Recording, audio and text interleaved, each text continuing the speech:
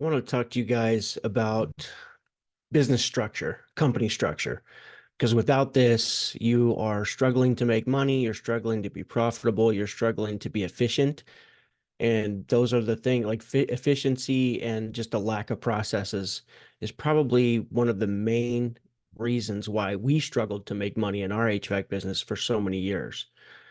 And it took a long time to not only learn um, what we were missing, but it also took a long time to develop these and implement them into our business. So I figured I'm just going to share with you some of the structure things that we changed in order to really impact what we were doing every day in the business. So when it comes to the business structure, what I'm talking about is kind of like your organizational chart, right? So like the positions in the company, what are the positions that are filled right now?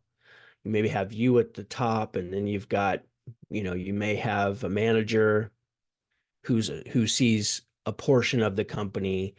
You have somebody in accounting or a bookkeeper, even if it's outsourced. You've got technicians, installers, salespeople.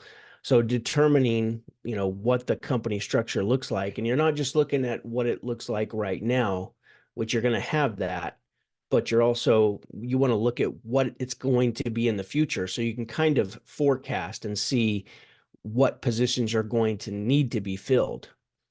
And of course, we're going to base that off of our projections, for the year and how many people it's going to take to fulfill our projection to actually hit our targets. Um, in order to align the team, that's kind of what we're looking at right now here in the beginning of this business structure conversation is then we'll get into some processes that are needed. But we have to have core values, and core values are kind of like your beliefs or your behaviors that when they're implemented and people actually do these things, if we act with integrity, if we believe it's just the things that we believe. We want to list. I recommend no more than three or four, just to keep it very congruent to very. So this is something that takes time to develop because you really have to sort through all of your beliefs and your behaviors that you currently exhibit that have made you successful thus far. That's going to align the rest of the team. And so everybody knows that, we go the extra mile, or we go above and beyond, or we exceed our customers' expectations. Well, what does that look like? What are the behaviors behind that actually make that possible? That may be something that you've done in the beginning of your business, and now you've added a few people, and now you're trying to figure out, like, how do I communicate this in a way that everybody can adopt it? And this is just how we live. These are the things that we believe in. Then we've got like our mission. And when you look up mission for the company, there's multiple different things and ways that you can develop a mission or a mission statement. Um, but one that I found that I really liked included your company targets for a set amount of time. So the mission statement actually changes over time. You may have a company mission statement for this year or the first quarter of the year. And then you might get together as a group in a meeting and determine what the next mission is. So I like that format a lot better than just having some general mission statement that nobody's going to remember, nobody's going to look at, nobody's going to live by or strive to be. So these are not things that we want in the company just to sit there on a shelf or be on a poster, and and some of I made some of these mistakes, so that's why I'm sharing them with you guys. So then we have the vision. What is the vision of the company? This is like a longer time forecast, like a BHAG, big, hairy, audacious goal. What does it look like in 5 years, 10 years, 15 years, 20 years, 25 years? What does the business look like? And how does it serve everybody in the organization? Next is like a purpose statement. This is how I've separated these. Purpose statement is the mission statement is company facing. So everybody in the company is aware of the mission statement. It includes our targets for a set amount of time. So it is time bound. The purpose statement is why we exist. It's customer facing. So why do we do what we do? This is something that Um, the customers would see. You may even include it in some of your marketing material. Sometimes you might, it might be even a part of your logo, your tagline under your logo, quite possibly. I don't know. It's up to you. Then we have our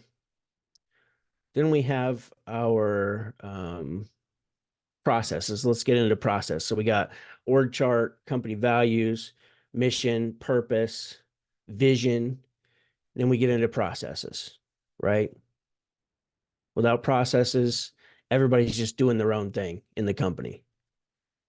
And when everyone's doing their own thing in the company, we don't get consistent results. That's the reason why I can go to McDonald's in California, or I can go to McDonald's in Augusta, Kansas, and I know what I'm getting because they have a certain process they follow every single time. So it keeps consistent results coming. That's why we have to have processes. So we need a pricing process, or we need structure around our pricing. And we also need a one-off pricing. So you might build your tasks and stuff in your CRM or your price book, but you're going to have these one-off repairs that are not covered in the task list in the price book. Well, for those, you've got to have a structure or a process of how do we price those things. And the reason you want that is because otherwise everybody's going to be calling you. You're going to get multiple phone calls a day. And we shouldn't be focusing on these answering questions that are just repeatable questions. We should build a process for it and then train the process to all of our people and give them the information in their hands. That way they can access that anytime they need it in the future. They don't have to remember it, but they need a document of some kind so that they can access. Then we've got service call process, right? And there's all different things behind the service call. There's like, where do we park? There's how do we approach the door? What do we say when the door opens? What is the process of the service call once we actually get to work on the service call? What are the questions we ask our customers? Like, you got to have a process for every single step. And when it comes to service calls, also think about like an on-call process. How are you going to do your on-call? How is it structured? What's the accountability process for the service call? How do you hold people accountable to make sure they're actually running the process? How about maintenance agreements when you run those? Might be slightly different from the service call process, but you need a process to make sure it's ran consistently to deliver consistent results. And then we've got phones process, right? Numerous things behind the phones. There's on call. What do we do there? There's outbounding, inbounding. How do we handle our phones? There needs to be written process, structures, scripts for all of this in your company to deliver consistent results. It all goes back to consistency, because when we can figure out how to deliver consistent results, then we can get a desired consistent outcome. But if we don't have those things in that structure in our company, we don't get consistent outcomes. And we're all over the place, peaks and valleys, peaks and valleys. And let me tell you something, that is a miserable place for an owner to be and to live. It's no fun living there. Also, next is an install process. We got to have an install process. Well, how do we go about doing stuff on an install to deliver consistent results? And of course, when it comes to sales, there's a sales process for install. There's a sales process for the phones. There's a sales process for service calls. Because if we don't make any sales, we have no business. So everybody on every level on those three categories, believe it or not, even install, phones, service call, maintenance agreements, we got to have a process that's surrounding sales. Then we've got coaching, accountability. Like, how are we going to keep our people accountable? How are we going to coach them up to get that to improve their skill level? I just did a YouTube short on this, where it's one of my pet peeves is people who own a business, they're a business owner, and they spend all their time watching tech videos. Like, you're a business owner. You should be learning how to run your business. You should be learning things like, you should be watching videos like this that show you, like, here are all the processes that we need to run a consistent business that delivers consistent results. Good results, not bad results, but good results. Performance improvement plans. We have to, there's going to be times you're going to hire people who struggle. You're going to hire people who do well for a while and then they take a dip and then they start sucking. Well, how do we get them to improve? What's our process to improve performance? A performance improvement plan. You got to have one. KPIs. How do we measure our KPIs? How often are we looking at our KPIs? What are the stipulations around KPIs? What do they have to be for each individual on the team in order to ensure that they're not costing the company money? And what do we do once we figure out if they're doing well? What's the process for rewarding them some way?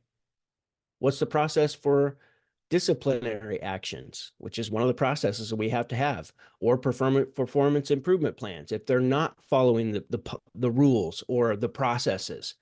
Because we don't have the processes just for fun.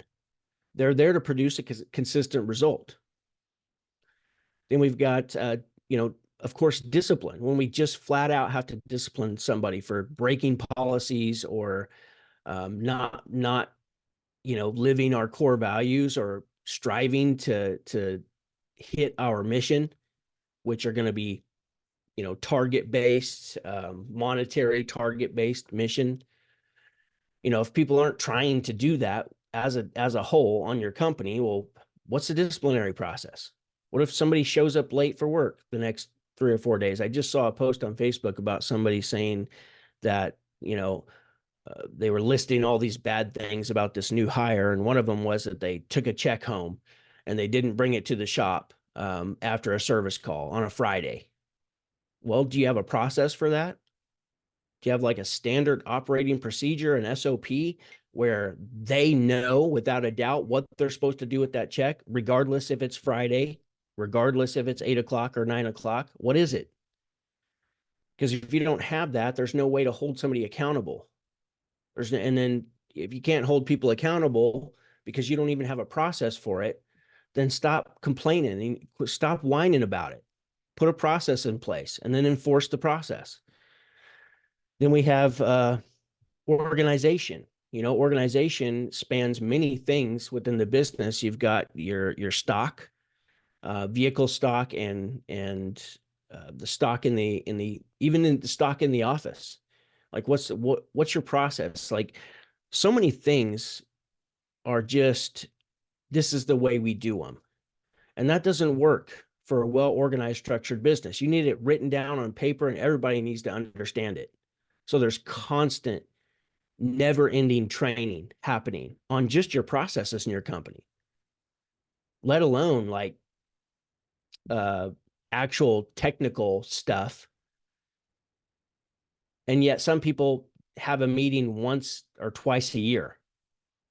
There's no way that you're conveying the way this operation needs to work if you're not having regular meetings, very regular, multiple regular meetings. So a meeting process. What's your process for meetings?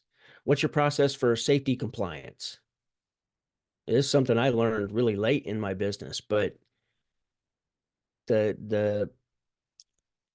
your state has rules. There's rules and regulations under just the board of labor. And, I'm no expert on this stuff, but you need to have safety meetings regularly. You're actually required to. So what is your process for that? What are you talking about? How are you documenting it? How are you posting that document so everybody in the company sees it?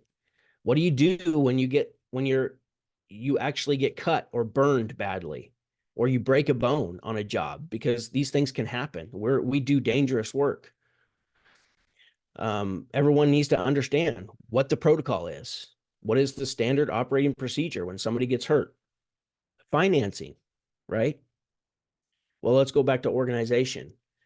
Um, how do you handle what's the organization, the process for warranty claims? What is it for the vans, the office, and just your inventory?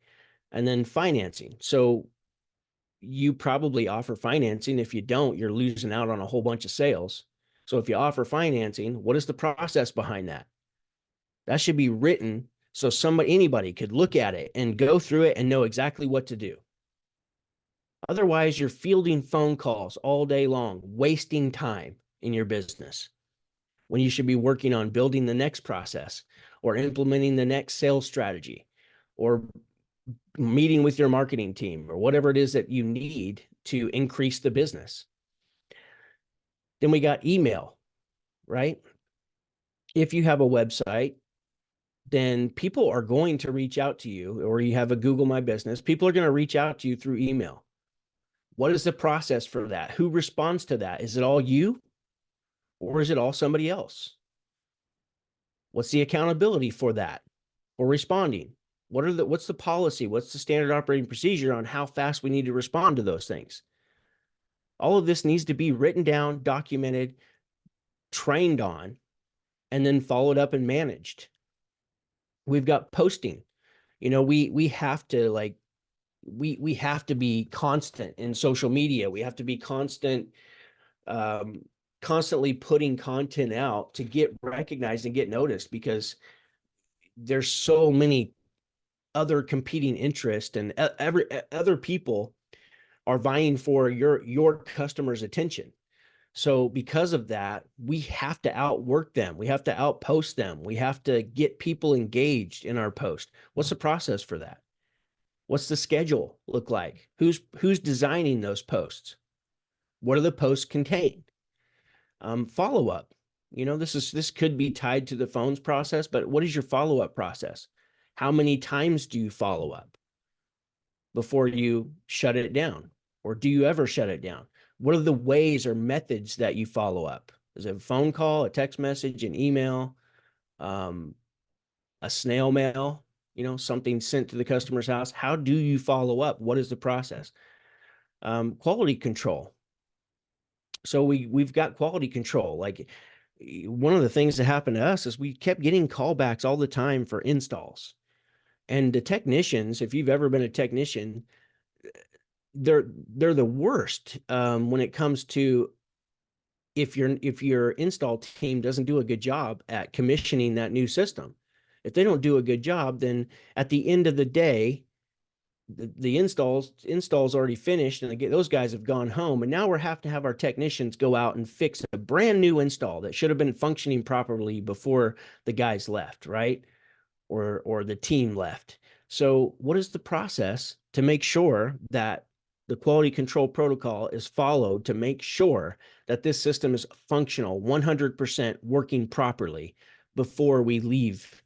And so these are all reasons. Everything that I've listed here, if you're not making money, you're struggling in your business, this is why.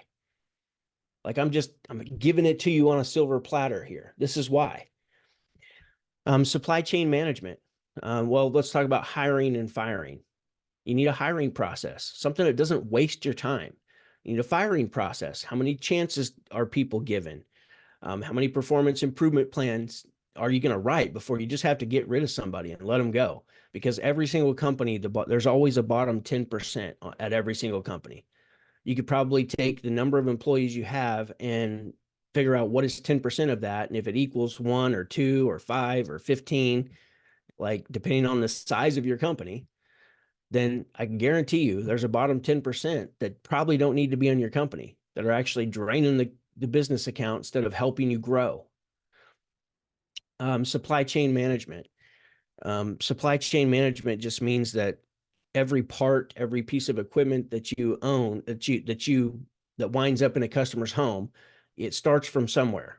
It usually starts at the manufacturer, goes to the supply house. The supply house either delivers it to you, or you pick it up. What are the fees involved when it comes to delivery? Does it make sense to keep paying those fees, or does it make sense to do something different? These are all ways that we can become more efficient. It's also, you know, from where that, from the origin of that part or that equipment, it winds up somewhere. It winds up in a customer's home. That's its final destination, installed. So there's all these steps in between from where it originates to where it finally ends up, its final destination. What are those steps? How can we clean it up? What is the process? Then we've got vehicle upkeep. If we're not upkeeping our vehicle, we wind up having a down vehicle in the middle of the busiest time, our harvest season. And when that happens, we're losing money. And we have to capitalize on those seasons. If we don't capitalize on those seasons, then we can struggle during the off seasons. So the better we capitalize during busy times, the less painful slower times are. And part of that means having a fleet that's being upkept and making sure that all the maintenance is done, the tires have been replaced, and it's ready to go before the season happens. Do you have a process for that? Do you have a process for checking the fluids in the vehicle? Doing all those things, because that should be done very regularly, because the technicians, the installers, the salespeople, they're all so busy going to do that. We have to give them some time to go check their vehicle if we're not going to do it for them. What's the process? Training. Like I said earlier, it's not just about the training that we give to our team on the technical side, how to do this, how to change a gas valve, or how to check gas pressure, or how to check like everything that we do on a maintenance call. Like, it's not just that. It's your policies, your procedures, your standard operating procedures. It's the way you do things has to be trained too. Safety protocol has to be trained. All of these things. What's your process for that? Like, are we hitting enough? Are we having enough training exercises? Are we doing enough training? Chances are the answer is no, especially if you're not, if you cannot find time to get your team together to train. There's so much training that needs to be done, and you can't just do it once. You got to repeat yourself over and over and over again, over and over and over, until it gets ingrained and everybody understands that this is how we do things. And then you got to do it again, because you're going to have new team members that haven't been through all the training you did last year or the year before. Inventory. I may have touched on inventory with organization, but if you've got a shop, there's got to be a certain process behind how you stock and maintain your inventory and how that inventory stays organized. What is the process behind that? It needs to be written down in writing. Data backup. Like, what happens if your computer crashes and you lose all your customer history, all your QuickBooks? Like, these things can happen. So we need to be regularly backing up our data. That way, if anything like that happens, we can go back and recover at least the majority of it, because that's your livelihood. Your customer list is your livelihood. What is the process for that? Then we have money handling. I touched on this earlier, but what is the process when somebody collects a check? Then what happens? Where does it go? Who is it handed to? Do you have a certain place that you want people to put that to make sure it's seen and actually makes it to the bank and gets deposited? Money handling, also like credit card information. We're entering credit card information, taking it into our CRM. What's the process for that? Has everybody been trained on this? How about discounting? Every once in a while, we have somebody who comes along and says, "Oh, could you do better?" And we really want to close the sale, especially this time of year. Like, maybe not right now because it's incredibly cold outside, but late February, March, April, things can slow down. And the reason they slow down is because the weather is not cooperating with us to make that phone ring, because the phone rings. It is like directly connected to the weather. The hotter it is, more the phone rings. Colder it is, more the phone rings. When it's mild, when it's 75 degrees out and people don't really need anything, or it's not stressing the equipment enough to actually break it down, like, we may need to close more sales, and maybe somebody knows that and they're asking for a discount. What is the process for giving a discount? Is everybody clear and aware? All the technicians, all the salespeople, Are they clear and aware of what our discounting process is? Then we got onboarding. How do we onboard new people? There's a lot of psychology behind onboarding and how that sets the tone for for your customer, which is your internal customer, your employees, whether you're a manager or you own your business. How's the onboarding process? What do we do consistently every time we hire somebody new? And how is that affecting their performance in the first couple of weeks of work and how they feel about coming to work for your business? Because if they just come to work and it's like, oh, you're going to ride with Tom today. See, there's Tom. That's not an onboarding process. Okay, so accounting. We've got, there's several different things behind accounting and the processes behind that, like payroll, for instance, but also receipts, you know, um, every time you purchase something at a supply house, what is the process for that? Where do they go? Who gets them from there? Then how do they get entered into our accounting software, such as QuickBooks? And I'm going to stop there. There's so much to talk about here, but we're going to talk about this. We're going to talk about some of the main processes that have to be in place on the 5-day HVAC Accelerator Challenge. Starts February 5th. It's 5th through the 9th, Monday through Friday. So if you need some direction on some of the things that we've talked about here, then I suggest you join that challenge. And if you're way past that, you don't want to join the challenge and you're like, man, I just need a coach. If you need a coach, then there's a link in the description to book a call. You can book a call with me or the other coach, and we'll see if we're a good fit to work together so that we can move you and get all of these things. Because does it make sense? I've just seen a post on Facebook also where Ken Goodrich, Gettle Heating and Cooling. I don't even know how many locations. I don't know how many millions, like I think over 150 million they do in business. The number one thing he says to do is to join a best practices group. Well, that's what we are. We know the best practices. We've been in the business for a long time. We struggled in our businesses for a long time and we figured out what works. And we put together these processes. So does it make sense to go and try to waste years trying to build all of the processes that we just talked about when it could just be handed to you on a silver platter? Done. This is what we do. We do this, we do this, we do this. I've got most of them in writing. You don't even have to rewrite. We don't reinvent the wheel in business.